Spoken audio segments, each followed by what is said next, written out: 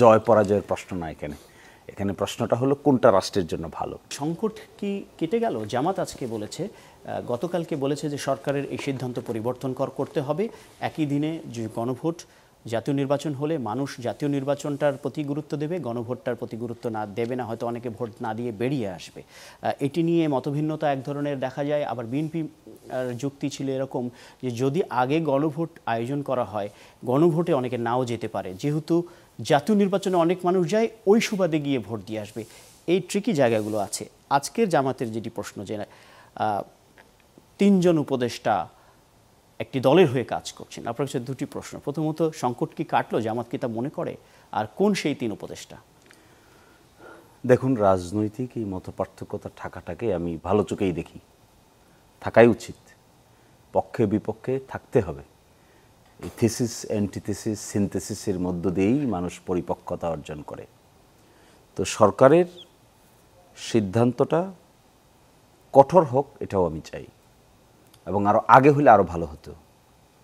এতদিন ক্ষেপণ করেছে দেখেই আস্তে আস্তে আস্তে আস্তে জিনিসটা ফ্লুইড হয়েছে, নানান ইস্যু এখানে ডেভেলপ করেছে। যত সময় আমরা ব্যয় করেছি, এত সময় ব্যয় না করেই কাজ করতে পারলে অনেক আগেই এগুলো রিজলভ হয়ে যেত। তারপরেও আমি মনে করি যে প্রক্রিয়া এতটুকু অগ্রসর হয়েছে, ইটস এ গুড অ্যাডভান্সমেন্ট। ঐকমত্য কমিশনে যে আলোচনা হয়েছে, তারপরে যে রেকমেন্ডেশন তারা দিয়েছিলেন, সেই রেকমেন্ডেশনটা বাস্তবায়ন করার ক্ষেত্রে সরকার একটা ইন বিটুইন রাস্তা অবলম্বন করার চেষ্টা করেছে। বিএনপির মূল অবজেকশনটা আমি দেখতে পেরেছি, তাদের নোট অফ ডিসেন্টটাকে কনসিডার না করার কারণেই তারা ঐকমত্য কমিশনকে প্রতারক বলেছেন। এবং ঐকমত্য কমিশন যে প্রস্তাবটা দিয়েছিল, সেই প্রস্তাবটা হয়েছিল বাস্তবায়ন করার ক্ষেত্রে তারা দুটো অপশন দিয়েছিল। এই দুটো অপশনকেই মধ্যে আজকে যে আদেশটা জারি হয়েছে গতকালকে, সেখানে দেখা যাচ্ছে সরকার দ্বিতীয় প্রস্তাবটাকে, ঐকমত্য কমিশনের দেওয়া দ্বিতীয় প্রস্তাবটাকে গ্রহণ করেছেন অনেকাংশে, পুরোপুরি না। আর যে সমস্ত বিষয় এখানে ডিসেন্টিং দিয়েছিল বিএনপি, তার মধ্যে মেজরটা হলো উচ্চকক্ষে পিআর, ভোটিং সিস্টেমের আলোকে পিআর। এই জায়গাটাতে সরকার সেপারেট জনগণের মতামত জানতে চেয়েছে। আরেকটা সাংবিধানিক যে কটা বিষয় আছে, ইনক্লুডিং তত্ত্বাবধায়ক সরকার, নির্বাচন কমিশন এবং সাংবিধানিক কতগুলো প্রতিষ্ঠান, এটাকেও বিএনপির ডিসেন্টিং পার্ট থেকে তুলে নিয়ে এসে আলাদা করে ভোটে দিচ্ছে, আর 30টাকে ভোটে দিচ্ছে, যেগুলো ঐকমত্য হয়েছে।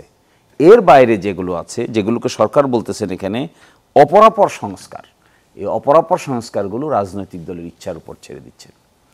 ফলে এখানে ক্যালকুলেশন করেছে, এটা বোঝাই যাচ্ছে কোনোটা ডাইনে নিয়েছেন, কোনোটা বামে নিয়েছেন, কোনোটা সোজা থেকেছেন। এবং এই ক্ষেত্রে রাজনৈতিক দলগুলোর জন্য কাছাকাছি আসাটা সহজ হবে।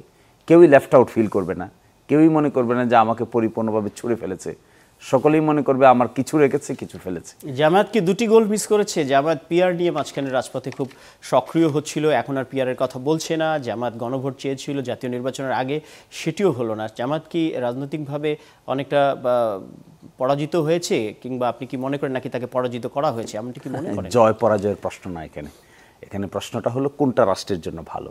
উচ্চকক্ষে পিআর হয়েছে, জামাত দুই কক্ষেই চেয়েছিল, একটাতে তো হচ্ছে, একটা তো গণভোটে যাচ্ছে, দুটো না গেলে। আর পদ্ধতিতে নির্বাচন চেয়েছিল, পিআর না। পিআর পদ্ধতিতে নির্বাচন, কিন্তু নির্বাচন তো পিআর পদ্ধতিতে হচ্ছে না, নির্বাচন হচ্ছে স্বাভাবিক নিয়মে। পিআরটা হচ্ছে, আমি ইন্টারাপ্ট করলাম না, শিশ ভাই বলেন। না বলেন, আপনি বলেন, আমি আসবো আপনার কাছে। জামাত যে পিআর এর কথা বলেছে, এই পিআরই উচ্চকক্ষে হয়েছে, এর কোনো ডিস্টিংশন নাই।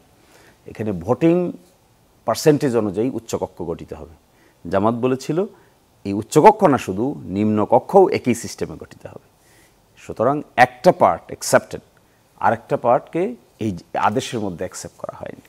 আর অনেকগুলো বিষয় জানার আরেকটা আছে, যেটা ভোট দেওয়ার ক্ষেত্রে 1 দিন আর 2 দিন। ঐকমত্য কমিশন বলছিল 1 দিনও হতে পারে, আলাদাও হতে পারে। এর মধ্যে সরকার একটা অ্যাকসেপ্ট করেছে। তারপরে জামাত রিয়েকশন দেখিয়েছে, আজকে 8টি দল রিয়েকশন দেখিয়েছে। এটি একটা আলাপ আলোচনার মাধ্যমে একটা কনক্লুশনে যাক, এটা আমি এক্সপেক্ট করি।